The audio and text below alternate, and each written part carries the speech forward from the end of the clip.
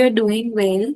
सो जैसा कि मैंने आपको कल प्रॉमिस किया था कि हम लोग असिस्टेंट टीचर्स जो हैं स्पेसिफिकली नर्सरी के लिए जो वैकेंसी आई थी उसका एग्जाम डेट आ चुकी है। ठीक है, अगस्त में एग्जाम्स है, सिर्फ और सिर्फ हमारे पास हार्डली एक ही महीना रह गया होगा। ठीक है जी। तो उसका सिलेबस हम डिटेल में करने वाले हैं, एक एक टॉपिक को एक दिन में हम एक टॉपिक करेंगे, साथ में हम उसके क्वेश्चंस भी करेंगे। Right. So let's start with the video. एक चीज मैं और बताना चाहूंगी कि एक जूम की क्लास बैचेस चल रही है। If you are interested you can message over here. ठीक है, तो आप यहाँ पे मैसेज कर सकते हो, व्हाट्सअप नो कॉल्स। सो पहले तो हम सिलेबस देख लेते हैं। ये आपका जो सिलेबस है ना, ये मैंने TSSB की साइट से ही उठाया है। पहला टॉपिक है early childhood care and education in India, तो इसी को हम करने वाले हैं आज। ये हम बाद में देखेंगे, डेली एक एक कर लेंगे और 14 दिन में हम क्वेश्चंस के साथ कर लेंगे और उसके बाद मॉक कर लेंगे। ठीक है, और उसके साथ में TSSB में करंट अफेयर्स भी आते हैं, तो उन करंट अफेयर्स के लिए पूरे वीकली करंट अफेयर्स चैनल पर हर संडे को आ जाएगी, तो आप चेक कर लेना। अब से सैटरडे को आएगी, संडे को नहीं आएगी। ठीक है। So introduction, what is ECCE? पहले तो आपको फुल फॉर्म पता होनी चाहिए। ECCE is early childhood care and education, जिसका मतलब है कि हमने बच्चे को केयर भी देनी है, एजुकेशन भी देनी है, ओवरऑल डेवलपमेंट भी करना है, फ्रॉम बर्थ टू 8 ईयर। ये सबसे ज्यादा सेंसिटिव पीरियड है बच्चे के डेवलपमेंट का, ब्रेन डेवलपमेंट का, पर्सनालिटी शेपिंग का और फाउंडेशनल लर्निंग का। ECC का मतलब ये नहीं है सिर्फ आपने टीच करना है। ECC का मतलब है केयर देनी है, प्रोटेक्शन देनी है। तो ये इंपॉर्टेंट पॉइंट्स है, you may right it down. Stimulation, उसके ब्रेन को स्टिमुलस देना है जिससे वो खुद काम कर पाए। प्ले, अर्ली एजुकेशन, ये सब। उसके बाद आता है चाइल्ड डेवलपमेंट। ठीक है, अगर हम चाइल्ड डेवलपमेंट की बात करें, so what is development? Development का मतलब ये है कि ऑर्डरली, अभी ECCE खत्म नहीं हुआ, इसी का ही पार्ट है। Development means orderly growth in physical, mental, emotional and social.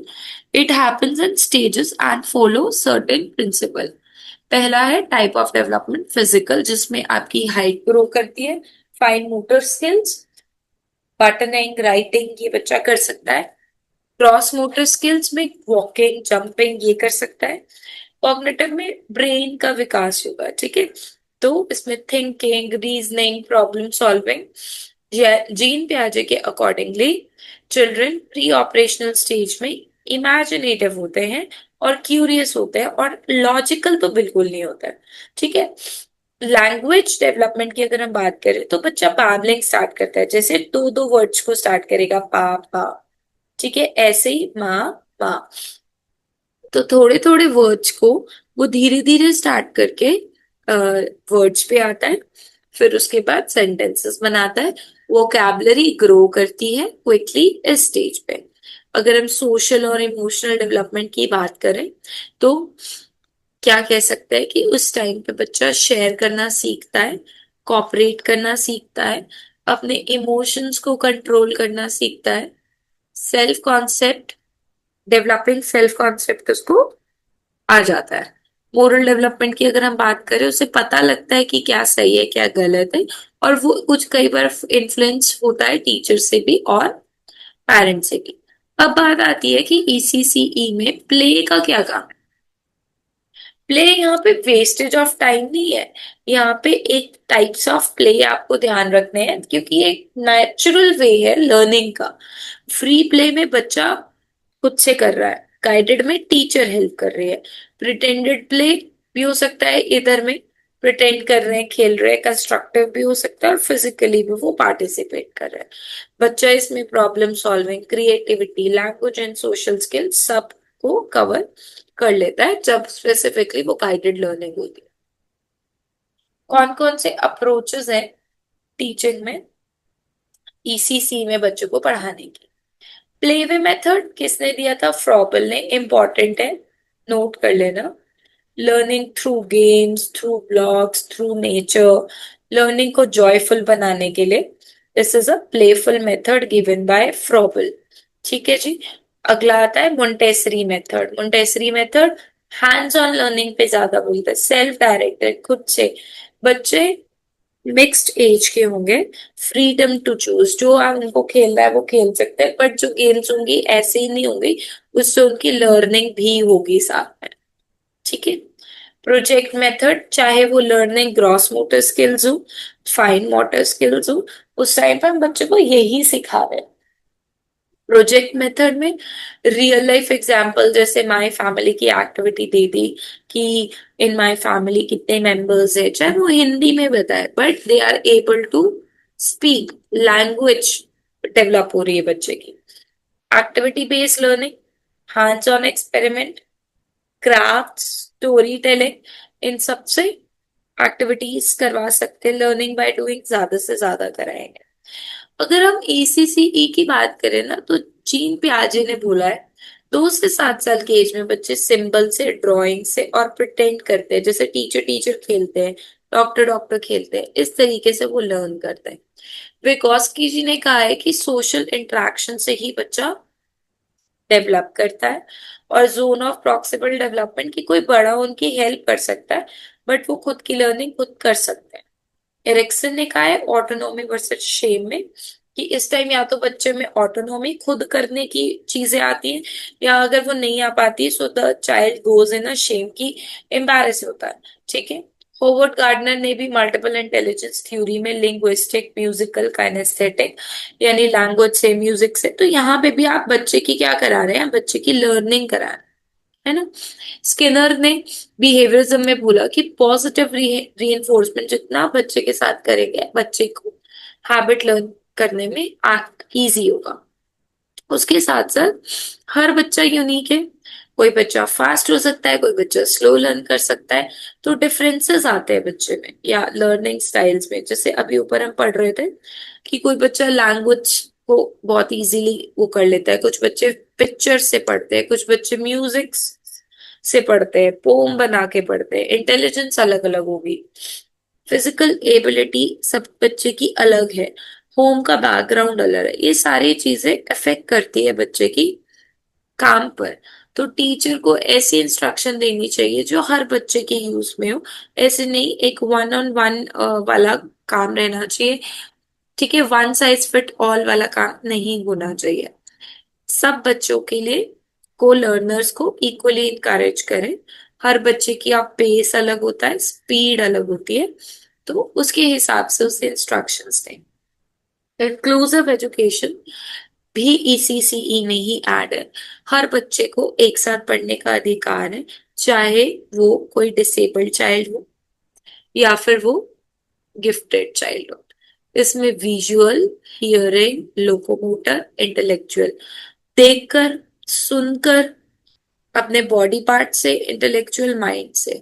Teacher must identify the needs, बच्चे की नीड्स टीचर पहचान पाए कि वो किस तरीके से लर्न कर पा रहा है, विजुअली, जेस्चर्स से, सिंप्लीफाइड करके इंस्ट्रक्शन, सेफ एनवायरनमेंट टीचर उनका बनाए। ठीक है जी। अगर आपको ये चीजें समझ में आ रही है, सो प्लीज सेशन को शेयर जरूर करना। सो क्लासरूम मैनेजमेंट कैसे आप करेंगे, सबसे पहले तो आप बच्चों के साथ ये रूल्स बनाए। आप बच्चों से पूछे, अच्छा अगर कोई अपनी सीट पे नहीं बैठेगा, क्योंकि इस टाइम पे ना बच्चे बहुत प्रोएक्टिव होते हैं, they don't sit at their place. If you take nursery classes in your school तो यू कैन अंडरस्टैंड मी। तो उनको प्रेज करोगे, जितना इंकरेजमेंट करोगे वो ज्यादा काम करेगा। उनको विजुअली शेड्यूल्स दो। ठीक है। इंश्योर करो उनकी सेफ्टी मेंटेन रहे, हाइजीन, है ना। उनके लिए लर्निंग कॉर्नर्स बनाओ, reading, art, blogs, pretend play, कि वो खेल सकते हैं। ठीक है। और अगर हम करिकुलम प्लानिंग की बात करें, तो ECC कहता है कि हमारा करिकुलम चाइल्ड सेंटर होना चाहिए, फ्लेक्सिबल होना चाहिए, जहां चाहे वहां चेंजेस कर सके, थीम बेस्ड होना चाहिए। कैसे प्लान करेंगे लेसन को, पहले तो ऑब्जेक्टिव होना चाहिए क्लास का। क्लास में जाने से पहले ही मटेरियल्स लेकर आओ, ये नहीं क्लास में गए और उसके बाद मटेरियल लेकर आ रहे, इकट्ठा कर रहे। या तो स्टोरी से पढ़ाओ, या एक्टिविटी से पढ़ाओ, या गेम से पढ़ाओ। आउटकम तो जरूर आना चाहिए कि बच्चे की लर्निंग हो। असेसमेंट की बात करें तो आप बच्चे को ऑब्जर्व करो, एग्जाम्स नहीं लेने बच्चे के, ऑब्जर्व करना है यहाँ पे। एनिकडॉट, एनिकडॉट में आज बच्चे ने क्या अच्छा किया, आज बच्चे ने क्या नॉटीनेस की, ठीक है। आज बच्चे ने क्या किसी को कुछ वर्बली गलत बोला, ठीक है। हर क्लास में अलग अलग बच्चे होते हैं, हर चीज नोट करनी है। ये भी नोट करना है कि आज बच्चे ने ये चीज लर्न की, राइट, या ये पोम सुनाई। तो this all comes in anecdote. Portfolio में ये पूरे साल का रहता है, एनेक्डोट भी पूरे साल का रहता है। पोर्टफोलियोज में अकेडमिकली भी सारा आ जाता है, ठीक है। चेकलिस्ट बनाइए, कितना काम हो गया, कितना पेंडिंग है, ठीक है। न्यूट्रिशन एंड हेल्थ बहुत इंपॉर्टेंट है, बिकॉज इस टाइम पे लर्निंग है, लर्निंग पीरियड है, तो बैलेंस डाइट इंपॉर्टेंट है। इम्यूनाइजेशन बच्चों का होना चाहिए, 5 साल तक भी लगती है, वैक्सीन 10 साल तक भी लगती है। क्लीन टॉयलेट, हैंड वॉशिंग, ये सब होना चाहिए, क्योंकि इसी से ही बच्चों को बीमारियां पकड़ती है। अगर यही नहीं क्लीन होंगे तो वी कैन नॉट से कि अगर हम बच्चे को न्यूट्रिशन नहीं दे पा रहे हैं, तो उनसे वो मेंटली भी कुछ प्रिपेयर नहीं कर पाएंगे। पेरेंट्स और कम्युनिटी का रोल है कि ईसीसी सिर्फ टीचर का जॉब नहीं है, पेरेंट का इन्वॉल्वमेंट जरूरी है। बच्चों को डेली स्कूल भेजना, उनकी लर्निंग क्या क्लास में, और उसको चेक करना, उनके बिहेवियर में जो चेंजेस आ रहे हैं उसको नोटिस करना, पीटीएम्स अटेंड करना, वर्कशॉप्स अटेंड करना, होम असाइनमेंट देखना। अब इसके लिए इंडिया में फोकस किया है एनईपी। एनईपी और एनसीएफ पे मैंने वीडियो डाली है, प्लीज उन दोनों को जाके चेक कर लेना, या फिर मैं लास्ट में डाल दूंगी, राइट। अब उसको देख लेना। 5+3+3, ये जो 5 इयर्स है, ये ईसीसीई वाले फाउंडेशनल ईयर्स, बाल वाटिका 3 to 6, ठीक है। इसमें बच्चे की ज्यादा लर्निंग होती है, बेस बना रहे हो बच्चे का। एनसीएफ जो है वो प्ले बेस्ड लर्निंग बोलता है फाउंडेशनल स्टेज में, और उनके हिसाब से करिकुलम बनना चाहिए। यूएनसीआरसी बहुत इंपॉर्टेंट है, ठीक है। Right to education, care and protection, right. सबको एजुकेशन का अधिकार है, बच्चे को केयर और प्रोटेक्शन देनी इंपॉर्टेंट है। Now let's come to some questions पर Which of the following is a characteristics of pre-operational stage? Pre operational stage में बच्चा क्या कर सकता है? तो प्री ऑपरेशनल स्टेज में ना बच्चा लॉजिकली नहीं सोचता, इको सेंट्रिज्म होता है, सेल्फिश होता है, बच्चा अपने बारे में सोचता है, ठीक है। लेव विगोस्की को अकॉर्डिंगली प्रॉक्सिमल डेवलपमेंट, जब आप किसी को हेल्प दे रहे हो, कोई बड़ा उसे हेल्प दे रहा है, so that is your the distance.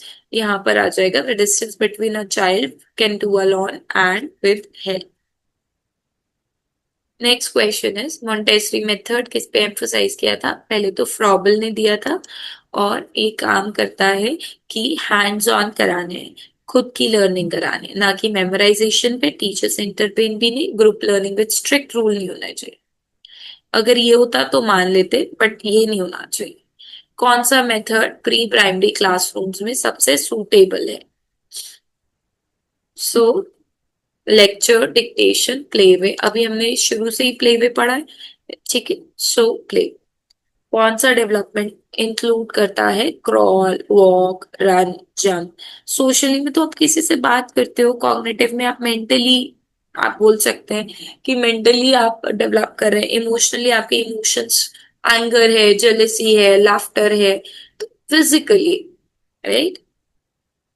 Next question is इनमें से कौन सा प्रिंसिपल है जो कि चाइल्ड ऑफ डेवलपमेंट का प्रिंसिपल नहीं है? डेवलपमेंट कॉन्टिन्यूअस होती है, राइट। हर बच्चा अपने हिसाब से लर्न करता है, राइट। डेवलपमेंट इंटर रिलेटेड बिल्कुल भी नहीं होती है। यस, बच्चे का हेरिडिटी, माँ बाप से और बच्चे के एनवायरनमेंट पे बहुत फोकस पड़ता है। Who is the father of kindergarten? Jean पियाजे, मारिया मिंटो Montessori, Frederick Frobel, Eric Erikson.